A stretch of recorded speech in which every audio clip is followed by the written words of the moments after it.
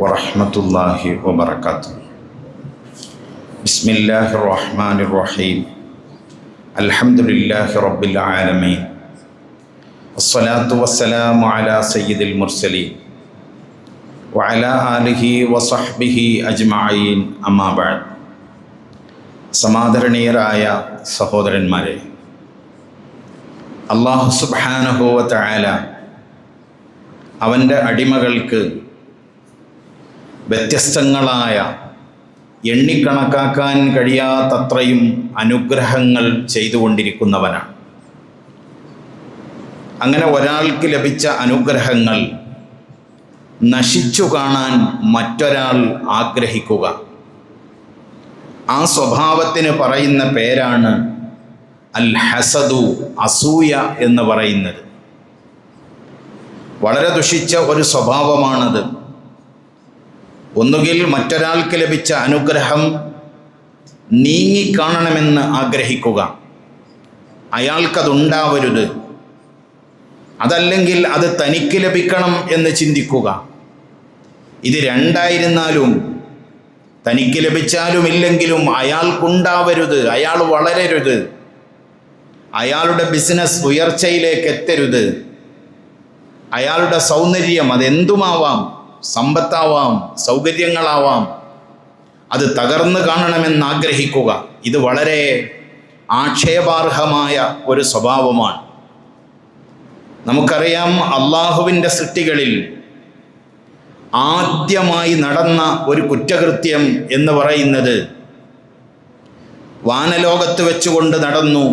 മഹാനായ അബുൽ ബഷർ ആദം അലൈഹിസ്സലാമിന് മുന്നിൽ തലകുനിക്കാൻ വേണ്ടി ശൈത്വാനിനോട് ആവശ്യപ്പെട്ടപ്പോൾ അവൻ അതിന് സന്നദ്ധനാവാതിരുന്നതിൻ്റെ പിറകിലുള്ള വികാരം എന്നേക്കാൾ വളർച്ച മനുഷ്യർക്കുണ്ടാവരുത് എന്ന അസൂയയിൽ നിന്നുണ്ടായതാണ്.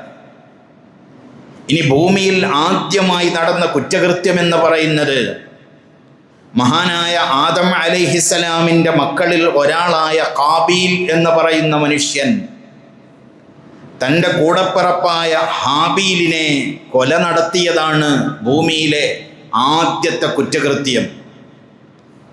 എന്തിനു വേണ്ടിയാണ് ഖാബീൽ ഹാബീലിനെ കൊന്നത്? പരിശുദ്ധ ഖുർആൻ ഈ സംഭവം വിശദീകരിക്കുന്നുണ്ട്. ഹാബീലിനും ഖാബീലിനും വിവാഹം ചെയ്യാൻ നിശ്ചയിക്കപ്പെട്ട സ്ത്രീകളുണ്ടായിരുന്നു.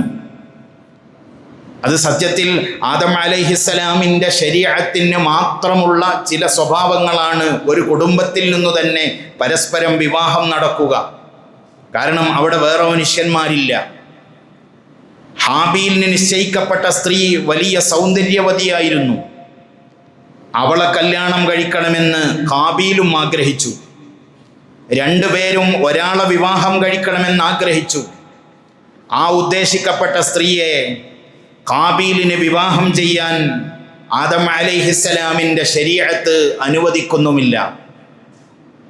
ഞാൻ അവളെ വിവാഹം കഴിക്കൂ, മറ്റവൻ്റെ ഭാര്യയിൽ അസൂയ വെക്കുന്ന ഒരു സ്വഭാവമുണ്ടായപ്പോൾ അവസാനം മഹാനായ ആദം അലൈഹിസ്സലാം അവർക്കിടയിൽ അതിനൊരു തീർപ്പ് കൽപ്പിച്ചു.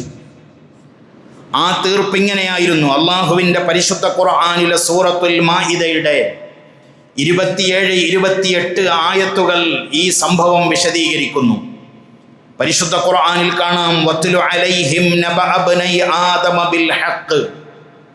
നബിയെ, ആദം അലൈഹിസ്സലാമിൻ്റെ രണ്ട് മക്കൾക്കിടയിലുണ്ടായ സംഭവം സത്യസന്ധമായി അങ്ങ് പറഞ്ഞു കൊടുക്കുക. എന്നിട്ട് ഖുർആൻ പറയുന്നു, ഇത് ഖറബാ ഖുർബാനൻ. ആദം അലൈഹിസ്സലാം അവരോട് രണ്ടാളോടും ഒരു ഖുർബാൻ നടത്താൻ പറഞ്ഞു, ബലി നൽകാൻ പറഞ്ഞു. അവരിൽ ആരുടെ ബലിയാണ് അള്ളാഹു സ്വീകരിക്കുന്നത് അവർക്കാണ് ഈ സ്ത്രീയെ വിവാഹം കഴിക്കാനുള്ള അവകാശമെന്ന് മഹാനവർകൾ തീർപ്പ് കൽപ്പിച്ചു. രണ്ടുപേരും ബലി നൽകി. പക്ഷേ ഫതുഖുബ്ബില മിൻ അഹദിഹിമാ, രണ്ടിൽ നിന്ന് ഒരാളുടെ മാത്രം സ്വീകരിക്കപ്പെട്ടു. ഖാബീലിൻ്റെ ഖുർബാൻ സ്വീകരിക്കപ്പെട്ടില്ല, ഹാബീലിൻ്റെത് സ്വീകരിച്ചു. വലം യുതഖബ്ബൽ മിനൽ ആഖർ, ഖാബീലിൻ്റെ ബലി സ്വീകരിക്കപ്പെടാതായപ്പോൾ ഖാല അയാൾ പറഞ്ഞു, ലഅഖ്തുലന്നക്, നിന്നെ ഞാൻ കൊന്നുകളയും. ലോകത്താദ്യമായി ഒരു മനുഷ്യൻ മറ്റൊരു മനുഷ്യനെ കൊല്ലുകയാണ്. കാബീൽ പറഞ്ഞു, ഞാൻ നിന്നെ കൊന്നുകളയുമെന്ന്. പക്ഷേ ആദം അലൈഹിസ്സലാമിൻ്റെ മകനായ ഹാബീൽ അത് കേട്ട് അക്ഷമനായില്ല.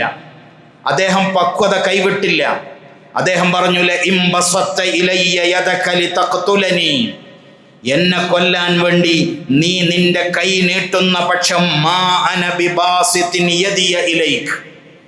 എൻ്റെ കൈ ഞാൻ നിന്നിലേക്ക് നീട്ടൂല. വിശുദ്ധ ഖുർആനിലെ സൂറത്തുൽ മാഇദയുടെ 28-ാമത്തെ ആയത്താണ്. നീ എന്നെ കൊല്ലാൻ കയ്യോങ്ങുമ്പോൾ ഞാനും കയ്യോങ്ങി നമ്മളൊരു സംഘട്ടനം നടന്നാൽ ചിലപ്പോൾ രണ്ടിലൊരാൾ കൊല്ലപ്പെടും. പക്ഷെ ഞാൻ നിന്നെ കൊല്ലാൻ വേണ്ടി എൻ്റെ കൈ ഓങ്ങൂല. നീ എന്നെ കൊല്ലാൻ വേണ്ടി കൈ ഉയർത്തിയാലും ഞാൻ നിന്നെ കൊല്ലാൻ മുതിരൂല. ഇന്നി അഖാഫുല്ലാഹ റബ്ബൽ ആലമീൻ, ഞാൻ ലോകരക്ഷിതാവായ അള്ളാഹുവിനെ ഭയക്കുന്നവനാണ് എന്ന് ഹാബീൽ പറഞ്ഞു. പക്ഷേ ഹാബീൽ നിഷ്കരുണം തൻ്റെ സഹോദരനെ കൊന്നുകളഞ്ഞു. അപ്പൊ കൊല്ലാനുണ്ടായ കാരണം ഉള്ളിൻ്റെ ഉള്ളിലുണ്ടായ അസൂയയാണ്. ഒരുപക്ഷെ അസൂയയെക്കുറിച്ച് പറയപ്പെടുമ്പോൾ നമ്മളൊക്കെ ആലോചിക്കും, ഇത് വേറെ ആരുടെയോ സ്വഭാവമാണ്, എനിക്കതില്ല എന്ന് നമ്മൾ മനസ്സിലാക്കും. യഥാർത്ഥത്തിൽ വലിയ ഒരു ദുരന്തമാണ് അസൂയ എന്ന് പറയുന്നത്. രാജ്യങ്ങൾ തമ്മിൽ, കുടുംബങ്ങൾ തമ്മിൽ, കച്ചവടക്കാർ തമ്മിൽ, അപ്പുറത്തും ഇപ്പുറത്തും താമസിക്കുന്നവർ തമ്മിൽ, കൂടെ ഒന്നിച്ച് ജോലി ചെയ്യുന്നവർക്കിടയിൽ ഒക്കെയും ഈ ദുരന്തം നമ്മൾക്ക് കാണാൻ കഴിയും. സാധാരണ മലയാളത്തിൽ ഒരു ചൊല്ലുണ്ട്, അസൂയക്കും കഷണ്ടിക്കും മരുന്നില്ല എന്ന് പറയാറുണ്ട്. എന്നാൽ എനിക്ക് തോന്നുന്നു ഒരു പരിധിവരെ കഷണ്ടിക്ക് മരുന്നുണ്ടെങ്കിലും അസൂയക്ക് ഇന്നും മരുന്നില്ല എന്നത് ഒരു വാസ്തവമാണ്. മനുഷ്യനോളം പഴക്കമുണ്ട് അസൂയക്ക്. ഹൃദയം ദുഷിക്കുമ്പോൾ അസൂയ വർദ്ധിച്ചുകൊണ്ടേയിരിക്കും.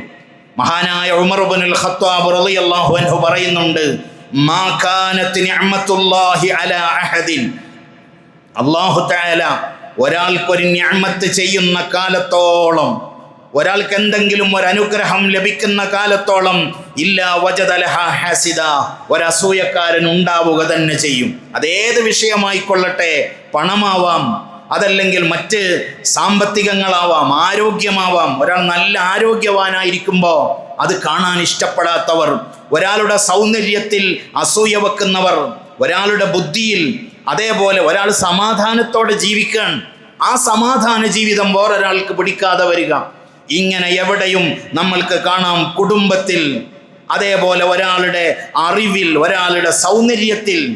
ഒരാൾക്ക് അസൂയ തോന്നുന്നത് ഏതിലാണെന്ന് പറയാൻ കഴിയില്ല. ഒരു മനുഷ്യന്റെ മുടി കാണുമ്പോൾ വേറൊരുത്തൻ അസൂയ തോന്നുക, വേറൊരുത്തൻ്റെ ശരീരഘടന കാണുമ്പോൾ അസൂയ തോന്നുക. സമപ്രായക്കാർ രണ്ടാൾ ഒരുമിച്ച് കൂടുമ്പോൾ ഒരാളുടെ മുടി നരച്ചിട്ടുണ്ട്, മറ്റേ ആളുടേത് നരച്ചില്ല.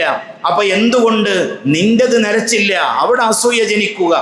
നിസാര വിഷയങ്ങളിൽ വരെ അസൂയ ജനിക്കുന്നത് നമ്മൾക്ക് കാണാൻ കഴിയും.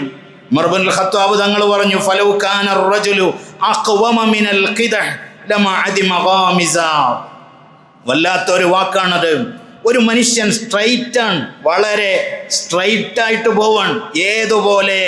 അഖ്വമ മിനൽ ഖിദഹി, അമ്പിന്റെ തണ്ടിനേക്കാൾ നേരെയാണ് ഒരാൾ. അമ്പിന്റെ തണ്ട് എന്ന് പറഞ്ഞാൽ അതിന് ചെറിയൊരു വളവുണ്ടായാൽ പോലും അത് ലക്ഷ്യത്തിൽ നിന്ന് തെറ്റിപ്പോകും. നമ്മൾ ഉദ്ദേശിച്ച ഭാഗത്തേക്ക് അമ്പ് പോവൂല. അപ്പൊ അമ്പുണ്ടാക്കുന്ന ആളുകൾ ഒരു വളവുമില്ലാതെ ഋജുവായിട്ടായിരിക്കും അതുണ്ടാക്കിയത്. എന്നാൽ അമ്പിന്റെ തണ്ടിനേക്കാളും സ്ട്രൈറ്റ് ആയിട്ടാണ് ഒരാൾ പ്രവർത്തിക്കുന്നതെങ്കിൽ പോലും ലമാ അദിമ ഗാമിസ, അതിനൊരു വളവുണ്ട് എന്ന് കണ്ടുപിടിക്കാൻ ഓരോരുത്തനുണ്ടാവും. ഓന്റെ പണി അതായിരിക്കും. മറ്റവൻ എവിടെയാണ് ചെറിയൊരു വളവ്, എവിടെയാണ് ചെറിയൊരു പോരായ്മ, ഇത് നോക്കി നടക്കുന്ന ആളുകൾ ഉണ്ടാകുമെന്ന് മഹാനായ ഉമർ ഇബ്നുൽ ഖത്താബ് റളിയല്ലാഹു അൻഹു നമ്മളെ ബോധ്യപ്പെടുത്തുകയാണ്. എത്ര വാസ്തവമാണത്! അതുകൊണ്ട് വലിയ ദുരന്തമാണത്. ഒരു മനുഷ്യന്റെ വളർച്ചയെ കാണാൻ കഴിയാതെ പോവുക, അതിൽ സന്തോഷിക്കാതിരിക്കുക. മഹാനായ അബുൽ ലൈസ് സമർഖന്ദി തങ്ങൾ 5 ദുരന്തങ്ങളാണ് ഇങ്ങനെ മനസ്സിൽ അസൂയ വെച്ച് നടക്കുന്നവർക്ക് എണ്ണിയിട്ടുള്ളത്. നമ്മൾ ആരെക്കുറിച്ചാണോ അസൂയ വെക്കുന്നത് അവനിലേക്ക് എൻ്റെ അസൂയ എത്തുന്നതിന് മുമ്പ് എന്നെ 5 ദുരന്തങ്ങൾ പിടികൂടിയിട്ടുണ്ടാവും. ഇത് നമ്മളെല്ലാവരും ഹൃദയത്തിൽ കൊത്തിവെക്കേണ്ടതാണ്. 1, ഒരിക്കലും മടങ്ങാത്ത മനപ്രയാസം. നമ്മുടെ മനസ്സിനൊരിക്കലും സ്വസ്ഥതയുണ്ടാവുന്നില്ല. അയാൾ വളരുന്നത് കാണുന്തോറും നമ്മളുടെ മനസ്സിങ്ങനെ പ്രയാസപ്പെട്ടുകൊണ്ടിരിക്കും. ഒരിക്കലും മടങ്ങാത്ത ദുഃഖമായി, ഒരിക്കലും മടങ്ങാത്ത സങ്കടമായി അത് നിലനിന്നുകൊണ്ടേയിരിക്കും. അസൂയ വെക്കുന്നവരുടെ ഒരു പ്രശ്നമാണത്. അവർക്കൊരിക്കലും സന്തോഷമില്ല. 2, മുസീബത്തുൽ ലാ യുജറു അലൈഹാ. വലിയൊരു മുസീബത്താണ് അസൂയ എന്ന് പറയുന്നത്. മുഅ്മിനായ മനുഷ്യന് എപ്പോൾ ഒരു മുസീബത്ത് വന്നാലും ആ മുസീബത്തിനൊക്കെ അവന് പ്രതിഫലം ലഭിച്ചുകൊണ്ടിരിക്കും. ഇപ്പൊ പള്ളിയിലേക്ക് കയറാൻ നേരത്ത് ഒരാളുടെ കാല് ചെറുതായിട്ട് ആ ഗ്രില്ലിലൊന്ന് തട്ടിയെന്ന് വിചാരിക്കാം. അയാൾ വിചാരിച്ചു എൻ്റെ കാല് വേദനിച്ചു. പക്ഷെ അയാളുടെ കിതാബിൽ ഒരുപാട് ദോഷങ്ങൾ മായ്ക്കപ്പെടാൻ അത് കാരണമായിരിക്കാം. അയാൾ റോഡിലൂടെ നടന്നു പോകുമ്പോൾ ചെറിയൊരു മുള്ള് കാലിൽ തറച്ചു. അയാൾ അറിയാതെ അയാളുടെ ദറജ ഉയർന്നിട്ടുണ്ടാവും. എന്നാൽ അസൂയ എന്ന ഒരു മുസീബത്താണ് ഒരു മനുഷ്യനെ പിടികൂടിയതെങ്കിൽ ഒരു പ്രതിഫലവും കിട്ടാത്ത ഒരു മുസീബത്തായിരിക്കും അസൂയ എന്ന് അയാൾ മനസ്സിലാക്കണം. അയാൾക്കൊരു പ്രതിഫലവുമില്ല. 3, മദമ്മത്തുൽ ലാ യുഹ്മദു അലൈഹാ. ആരും പ്രശംസിക്കാത്ത ഒരു അധിക്ഷേപമാണ് അസൂയ എന്ന് പറയുന്നത്. ഒരു മനുഷ്യന്റെ സ്വഭാവം അതാണ് എന്ന് മനസ്സിലായാൽ ഒരാളും അയാളെ സപ്പോർട്ട് ചെയ്യൂല. 3ാമത്തെ ദുരന്തമാണത്. 4, സുഖ്തുർ റബ്ബി. അള്ളാഹുവിന്റെ കോപം അയാൾക്ക് ഉറപ്പാണ്. കാരണം അള്ളാഹുവാണ് ഒരാൾക്ക് ഇൽമു കൊടുത്തത്, അള്ളാഹുവാണ് ഒരാൾക്ക് സമ്പത്ത് കൊടുത്തത്, അള്ളാഹുവാണ് അയാളുടെ ബിസിനസ്സിൽ അഭിവൃദ്ധിയും തൻ്റെ ബിസിനസ്സിൽ തകർച്ചയും തന്നത് അള്ളാഹുവാണ്. സത്യത്തിൽ അസൂയ വെക്കുന്നത് അള്ളാഹുവിൻ്റെ തീരുമാനത്തോടാണ്. ഒരിക്കലും അള്ളാഹുവിന് അത് ഇഷ്ടമില്ല. 5, യുഗ്ലഖു അൻഹു ബാബുത് തൗഫീഖ്. അടിവരയിടേണ്ട ഒരു വചനമാണത്. തൗഫീഖിന്റെ വാതിലുകൾ അസൂയ വെക്കുന്നവന്റെ മുന്നിൽ അടയപ്പെടും. അയാൾക്ക് ഒരു പുരോഗതിയും ഉണ്ടാവില്ല. ഒരു നന്മ ചെയ്യാനും അയാൾക്ക് തൗഫീഖ് ഉണ്ടാവില്ല. കാരണം അയാൾ മറ്റുള്ളവരുടെ വളർച്ച കണ്ടിങ്ങനെ മനസ്സ് മുരടിച്ച് അയാൾ വിഷമത്തിൽ ഇങ്ങനെ കഴിയാണ്. തൗഫീഖിന്റെ വാതിലുകൾ അടയപ്പെടും. മറ്റുള്ളവർ നശിച്ചു കാണണമെന്ന് ആഗ്രഹിക്കുന്നവർ അവർ സ്വയം ചിന്തിക്കണം, ഞാൻ എൻ്റെ നാശത്തിൻ്റെ കുഴിയാണ് തോണ്ടുന്നതെന്ന് അവർ മനസ്സിലാക്കണം. തൗഫീഖിന്റെ വാതിലുകൾ അടഞ്ഞു പോവുക. ഇനി ഞാൻ പറയട്ടെ, അസൂയ പ്രകടമാവുന്ന ചില അവസ്ഥകളുണ്ട്. അക്രമത്തിലൂടെ ചിലർ മറ്റൊരുവരെ തകർക്കാൻ ശ്രമിക്കും. വേറെ ചില ആളുകൾ ശൈത്താന്റെ സഹായം തേടും. വേറെ ചില ആളുകൾ ജ്യോത്സ്യന്മാരെ സമീപിക്കും. മറ്റവൻ തകർന്നു കാണാൻ ശൈത്താന്റെ വേല തേടി സിഹർ ചെയ്യുന്ന ആളുകൾ ഉണ്ടാവും, മറ്റു പണികൾ ചെയ്യുന്നവരുണ്ടാവും. യഥാർത്ഥത്തിൽ ഇത് ചെയ്യുമ്പോഴും ഇവന്റെ തൗഫീഖിന്റെ വാതിലാണ് അടയുന്നതെന്ന് അവൻ മനസ്സിലാക്കണം. മറ്റൊരാളുടെ കച്ചവടം തകരാൻ വേണ്ടി ഏതെങ്കിലും ജ്യോത്സ്യന്റെ മുന്നിൽ പോയി കുമ്പിട്ട് നിൽക്കുമ്പോൾ തൻ്റെ കച്ചവടത്തിൻ്റെ തകർച്ചയുടെ താക്കോലാണ് അയാൾ വരച്ചുകൊണ്ടിരിക്കുന്നത് എന്ന് ഇത് ചെയ്യുന്നവർ മനസ്സിലാക്കണം. ഒരിക്കലും അയാൾക്കൊരു ഉയർച്ചയും ഉണ്ടാവില്ല. ഇനി നോക്കൂ നിങ്ങൾ, അസൂയ മറ്റൊരു രൂപമായി മാറുന്ന ഒരു ദുരന്തം, അതിനാണ് നമ്മൾ കണ്ണേറ് എന്ന് പറയാറുള്ളത്. എന്താണ് കണ്ണേറ് എന്ന് പറഞ്ഞാൽ? വളരെ വിശദീകരിക്കപ്പെടേണ്ട ഒന്നാണ്. നമ്മൾ ഒരൊറ്റ നോട്ടത്തിൽ ആശ്ചര്യപ്പെടുന്ന എന്തോ ഒന്ന് കണ്ടു എന്ന് വിചാരിക്കാം. നല്ല ഒരു വസ്ത്രം, അല്ലെങ്കിൽ നല്ല സൗന്ദര്യമുള്ള ഒരു കൂട്ടുകാരൻ, അല്ലെങ്കിൽ നല്ല വൃത്തിയുള്ള ഒരു വീട്, നല്ല ഒരു കച്ചവടം, അതെന്തുമാവാം. അത് കണ്ടപ്പോൾ നമ്മൾക്കതിലൊരു ആശ്ചര്യം തോന്നി, ഒരത്ഭുതം തോന്നി. ആ അത്ഭുതത്തോടുകൂടെ നമ്മളുടെ മനസ്സിൽ ഒരു അസൂയയും കൂടെ ഉണ്ടായി. നമ്മൾ എന്തെങ്കിലും ഒന്ന് പറഞ്ഞു, അല്ലെങ്കിൽ ഒന്ന് വിചാരിച്ചു. അതാണ് ഐൻ എന്ന് പറയുന്നത്. കണ്ണേർ എന്ന് പറയുന്നത് ഇമാം ബുഖാരി തങ്ങൾ തൻ്റെ സ്വഹീഹുൽ ബുഖാരിയുടെ 5740 ഹദീസായിട്ട് ഉദ്ധരിക്കുന്നു. അൽ ഐനു ഹഖ്ഖുൻ. കണ്ണേർ സത്യമാണ്, ഐൻ സത്യമാണ്. മുഹമ്മദുർ റസൂലുള്ളാഹി സ്വല്ലല്ലാഹു അലൈഹി വസല്ലം. ഇത് പരിശുദ്ധ ഖുർആൻ കൊണ്ടും ഹദീസ് കൊണ്ടും സ്ഥിരപ്പെട്ട കാര്യമാണ്. നോക്കൂ നിങ്ങൾ, പരിശുദ്ധ ഖുർആനിൽ നിന്ന് ഒരു ഉദാഹരണം ഞാൻ പറയാം. വിശുദ്ധ ഖുർആനിലെ 12-ാം അധ്യായം സൂറത്ത് യൂസുഫിന്റെ 67-ാമത് വചനം പരിശുദ്ധ ഖുർആനിൽ കാണാം. യാക്കൂബ് നബി അലൈഹിസ്സലാം തൻ്റെ മക്കളോട് പറയുന്നു, വഖാല യാ ബനിയ ലാ തദ്ഖുലൂ മിൻ ബാബിൻ വാഹിദിൻ വദ്ഖുലൂ മിൻ അബ്വാബിൻ മുതഫർരിഖ. മഹാനായ യാക്കൂബ് നബി അലൈഹിസ്സലാം തൻ്റെ 11 മക്കളെ ഈജിപ്തിൽ യൂസുഫ് നബി അലൈഹിസ്സലാം എന്ന തൻ്റെ സഹോദരന്മാരുടെ അടുത്തേക്ക് ഈ 11 മക്കളെ പറഞ്ഞേക്കുമ്പോൾ യാക്കൂബ് നബി തൻ്റെ മക്കളോട് പറയുന്ന വസിയ്യത്താണ്, യാ ബനിയ, എൻ്റെ മക്കളെ, ലാ തദ്ഖുലൂ മിൻ ബാബിൻ വാഹിദിൻ, നിങ്ങൾ മിസ്രിലെ യൂസുഫിന്റെ കൊട്ടാരത്തിലേക്ക് കയറി ചെല്ലുമ്പോൾ നിങ്ങളെല്ലാവരും കൂടെ ഒരു വാതിലിലൂടെ കയറിപ്പോവരുത്. വദ്ഖുലൂ മിൻ അബ്വാബിൻ മുതഫർരിഖ, അതിന് വേറെ ഗേറ്റുകളില്ലേ, വേറെ വേറെ ഗേറ്റുകളിലൂടെ നിങ്ങൾ കയറാവൂ, ഒരു ഗേറ്റിലൂടെ നിങ്ങൾ കയറരുത്. എന്തിനാണ് ഇങ്ങനെ പറഞ്ഞത്? ലോകത്ത് രേഖപ്പെടുത്തപ്പെട്ട തഫ്സീർ കിതാബുകളിൽ, പ്രധാനപ്പെട്ട കിതാബുകളിലൊക്കെയും കാണാം. ഹാഫിദ് ഇബ്നു കസീർ തങ്ങൾ പറയുന്നു, ഇന്നഹു ഖശിയ അലൈഹിം അൽ ഐൻ. യാക്കൂബ് നബി അലൈഹിസ്സലാം തൻ്റെ മക്കൾക്ക് കണ്ണേറ് തട്ടുമെന്ന് വിചാരിച്ചിട്ടാണ്. ഒരേപോലത്തെ 11 മക്കള് ഈ ഗേറ്റിലൂടെ ഇങ്ങ് കയറി വരുമ്പോൾ ആർക്കെങ്കിലും അത്ഭുതം തോന്നി എന്തെങ്കിലും പറഞ്ഞാൽ എൻ്റെ മക്കൾക്കതൊരു വിഷമമായി മാറും. അതുകൊണ്ടാണ് അങ്ങനെ പറഞ്ഞതെന്ന് ഇബ്നു കസീർ ഉദ്ധരിക്കുന്നു. ഇമാം റാസി തങ്ങൾ പറയുന്നു, വകാനു മൗസൂഫീന ബിൽ കമാലി വൽ ജമാൽ. ഈ 11 മക്കളും അഴകുകൊണ്ടും പൂർണ്ണത കൊണ്ടും നല്ല സുന്ദരന്മാരായ മക്കളാണ് യാക്കൂബ് നബിയുടെ മക്കൾ. ഈ 11 മക്കളും ഒരു വഴിയിലൂടെ കയറി വരുമ്പോൾ അന്നഹു ഖാഫ മിനൽ ഐനി അലൈഹിം, അവർക്ക് കണ്ണേറ് തട്ടുമെന്ന് മഹാനവർകൾ ഭയന്നു. കണ്ണേറിന്റെ ശക്തിയെക്കുറിച്ച് ഹദീസിൽ കാണാം, ഇന്നൽ ഐന ലതുദ്ഖിലുർ റജുലൽ ഖബർ വൽ ജമലൽ ഖിദർ. ഐൻ, കണ്ണേറെന്ന് പറയുന്ന സാധനം ഒരു മനുഷ്യനെ ഖബറിലെത്തിക്കാം, ഒരൊട്ടകത്തെ അൽ ഖിദർ ചട്ടിയിലെത്തിക്കാനുമുള്ള കഴിവ് ഐനിനുണ്ടെന്ന് മുഹമ്മദ് മുസ്തഫ സല്ലല്ലാഹു അലൈഹി വസല്ലം. അപ്പൊ എപ്പോഴാണ് ഈ ഐന് ബാധിക്കുന്നത്?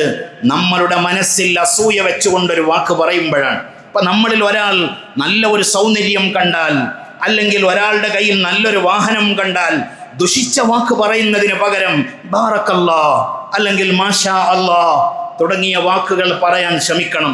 ഒരുപക്ഷെ നമ്മളുടെ വാക്കുപോലും മറ്റൊരാൾക്ക് വിഷമമായി മാറരുത്.